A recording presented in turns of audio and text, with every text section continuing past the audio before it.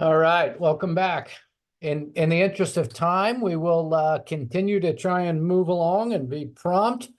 What we're going to now do is shift. We had talked about the small business economics special issue, the papers that have just been published. All of those papers are available online. We shared a number of those links with you. Now we're going to move to the other side. Don't worry, if you missed that special issue, there are more opportunities to come. And the most immediate of that is the special issue on religious entrepreneurship and regional development. We are delighted to have with us today Miruna Radu-Lefebvre and Allan Discua Cruz. Miruna is the editor-in-chief of ERD, and Allan is an associate editor at ERD. And so without further ado, I will turn it over to them, thank them, and Miruna, it's all yours.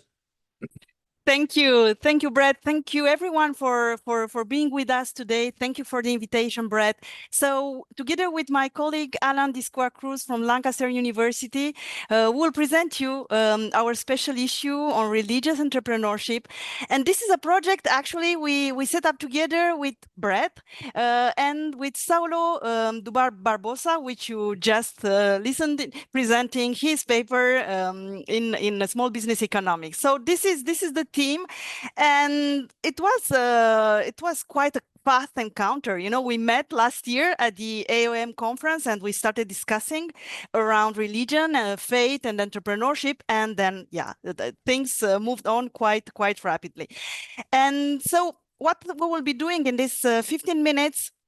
I'll start with a few words about the journal, because I think that this is important for potential authors, for those submitting their work to a special issue, to know, who we are and what we are doing in the field of entrepreneurship. And then I let Allan take the stage and present you what is the aim of the special issue and what are some of the main questions we are asking, and we are asking to you regarding religious entrepreneurship. So, and which might guide, I hope, your own work. So regarding entrepreneurship and regional development, so as you see on my presentation, this is a British-based journal published by Group Taylor and Francis. And although it is a British-based journal, we think that in terms of the papers we publish, it's pretty much a journal which lets a big space to multiple voices in entrepreneurship. So we might define ourselves as an European journal in terms of intellectual tradition, the way we conduct research in entrepreneurship. But we offer a wide space to authors coming from other regions of the world. Of course, our second best published authors come from the United States and North America, but also from all the other regions of the world: Asia, Africa, Australia, so and Latin America. And this is important. This is important for our identity.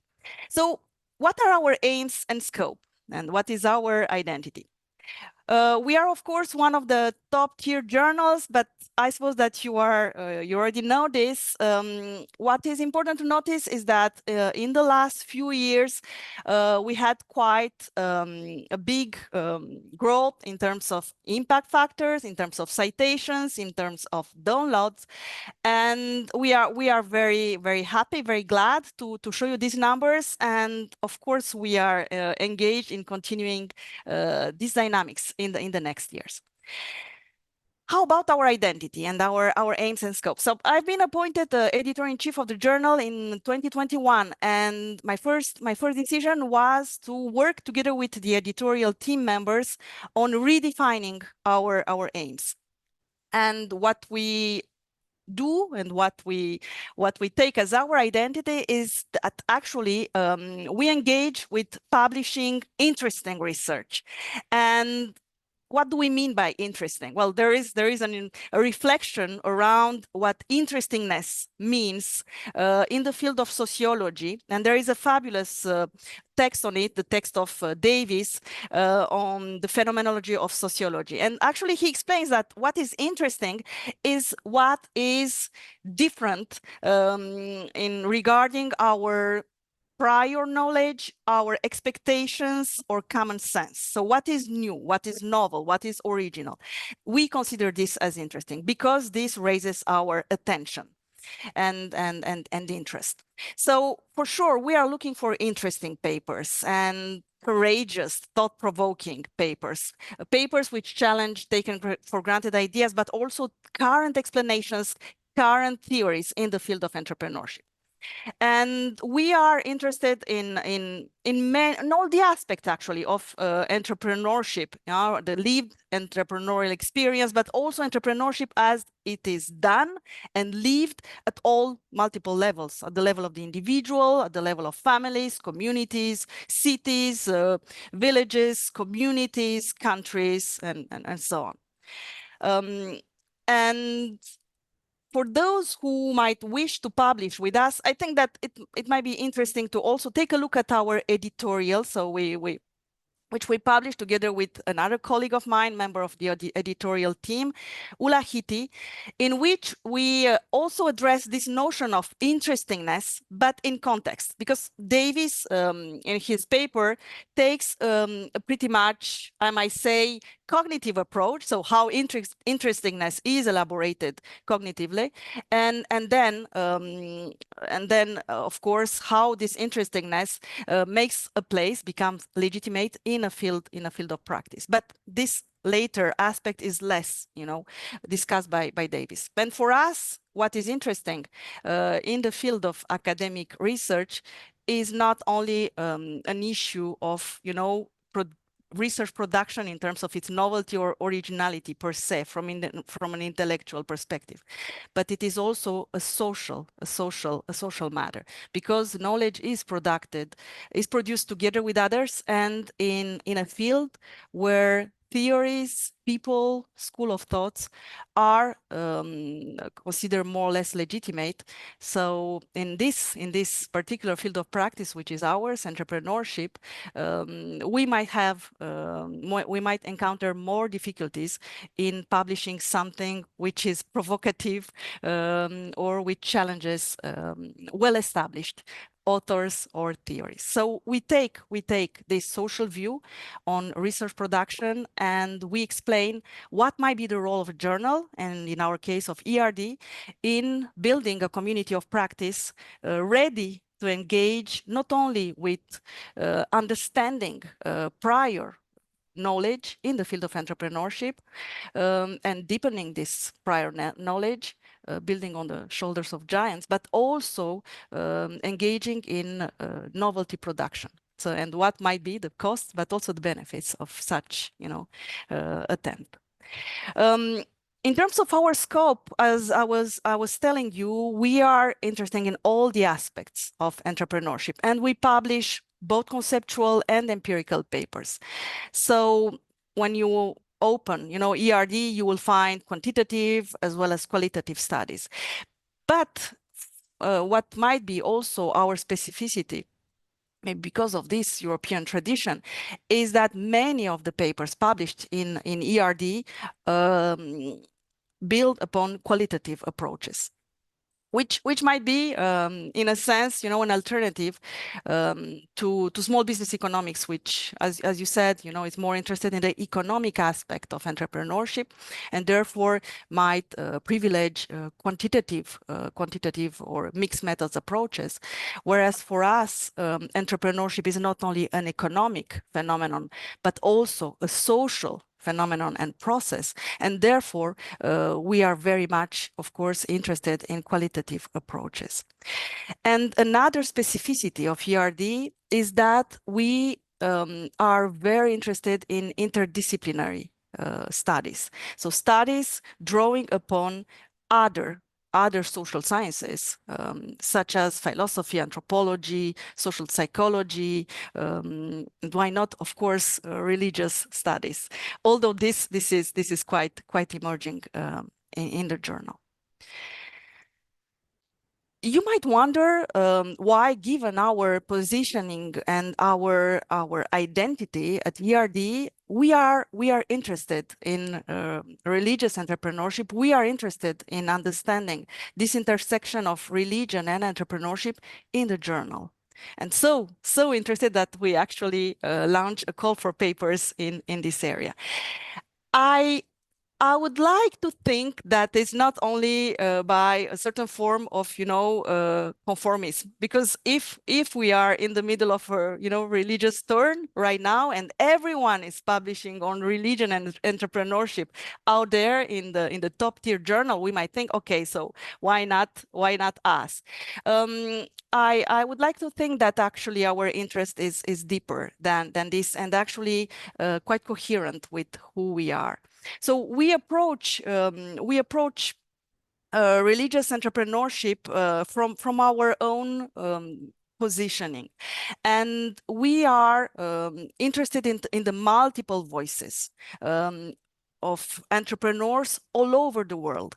So we started discussing this here, but I think that we should emphasize this variety, this multiplicity of religions, religious beliefs, and spiritualities in other places. So as we observed with small business economics, most of the papers currently submitted in our journals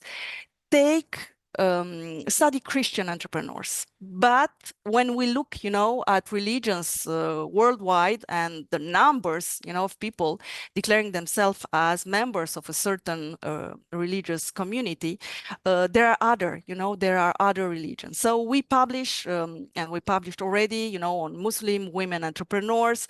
We are very much interested in Buddhism and all other kind of religious affiliations, institutions, and beliefs, well beyond the Western world. And even when we think or we study Christian entrepreneurs, here again we have many nuances, because for those familiar with religious phenomena, we know that the way a Catholic entrepreneur lives his or her faith in France is not at all the same as this might happen in the United States. The way Eastern Christians, Orthodox Christians, see the world, understand the world, make decisions, is not the same as Catholic, entrepreneurs do it in France, and so on. So there is variety, not only among religions, but also within the same, we might say, body of the same tradition, but in different countries, in different regions, and so on. So we are very much interested in this variation, in this multiplicity of forms of entrepreneurship and enactment of religions. We are interested in context, in places. We are also very much sensitive to the doing of entrepreneurship. You might not know that actually the original paper on entrepreneuring, religioning and entrepreneuring, as Nathan just commented on religioning. So we are very much interested in entrepreneuring, and the first paper on entrepreneuring in 2007 was published by Chris Stayert in ERD, which actually launched a long and rich tradition on studying and theorizing entrepreneurship as a process, as a dynamic and multi-level process taking place in particular locations and over time and in a relational way. And also, as specified in our aims, we are very much interested in the lived experience of entrepreneuring. So as you see, last we published, of course, many papers on gender, minorities, refugees, immigrant entrepreneurs, and so on. So all of this makes ERD a special place for pushing forward the agenda of religion and entrepreneurship, religion, faith, and entrepreneurship, religion, spirituality, and entrepreneurship for sure. And I will now let Allan tell you more about the specifics of our special issue on the emerging subfield of religious entrepreneurship. Thank you very much, and don't hesitate to use the chat. I'll be very pleased to answer your questions. Thank you very much, Miruna. And good morning, good afternoon, good evening for some of you. It's been really a great pleasure to put this special issue together, especially dealing with emerging subfield of religious entrepreneurship. And together with Brad, Saulo, and Miruna, we have tried to put together an invitation that actually allows the discussions of place, processes, practices, values, and different aspects that affect religion and its connection with entrepreneurship. So if you take a closer look at our SI, it might be very easy to find. Google will also provide a link to this special issue, and it will give you a little bit more of an insight as to why and how it relates to the discussion that has been happening today as well. So far, what we have found is, of course, that we need to go deeper. And I think the momentum that has been generated, talking about the interface between and the relationships between religion and entrepreneurship, really called for a really deeper understanding as to what we mean by religious entrepreneurship. And this was really interesting because, again, not only are we being influenced by our understanding of religion so far from the great insight that have been produced in previous studies, but at the same time, it allows us to really understand how religion really influences the actions and the processes and the practices of entrepreneurs today.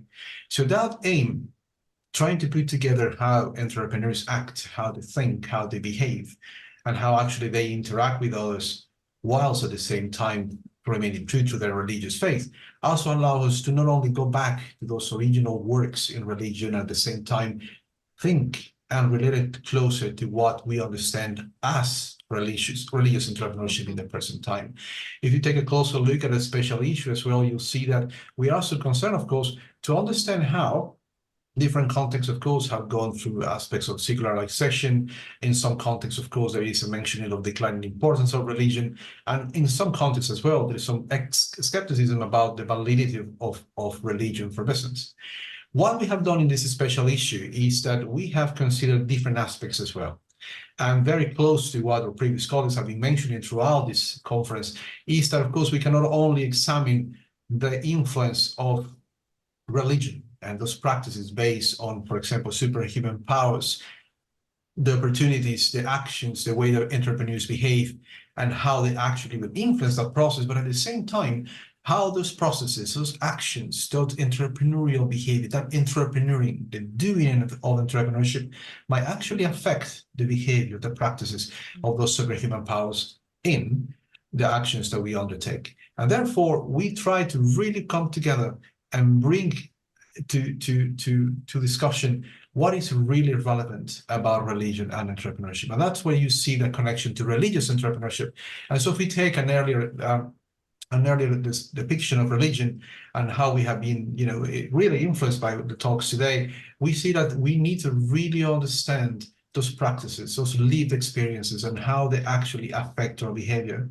And therefore, when we examine entrepreneurship, we are based as well on different works developed by Allan Discua, Brad Smith, and David Townsend, who presented today, and trying to understand a little bit more that process of how those opportunities, that entrepreneurial process of how they come about and how they create new goods and services, but are absolutely motivated and influences by that aspect of religion. And that is important for that special issue because not only does it give us a very broad spectrum as to what to examine, but allows us to really, call as scholars to think how we can better understand this. And so some of the questions that you're going to find in that special issue relate to different aspects. First and foremost, the contributions that can be made are just, are incredible.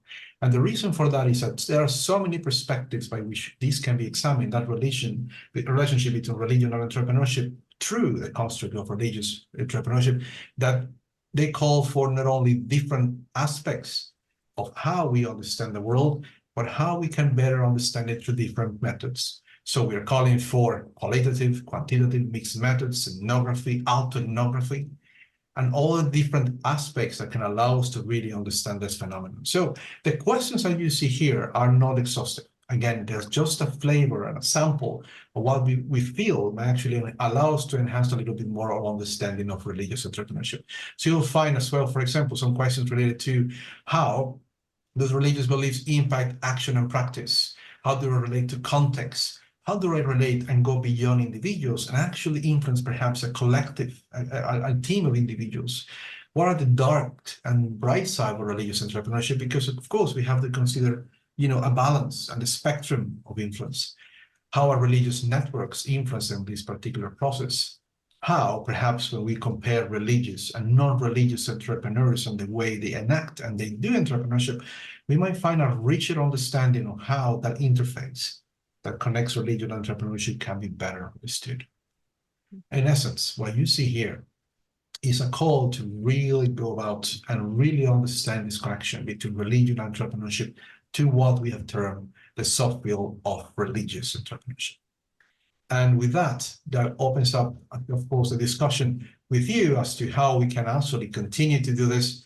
And of course, we are happy to answer any questions. And thank you very much for considering, of course, a special issue on entrepreneurship and regional development. Miruna and Allan, thank you so much. I really appreciate you guys taking the time to share the full call. The call has been also shared in the chat so people can access that. Feel free to reach out to any of the special issue editors directly.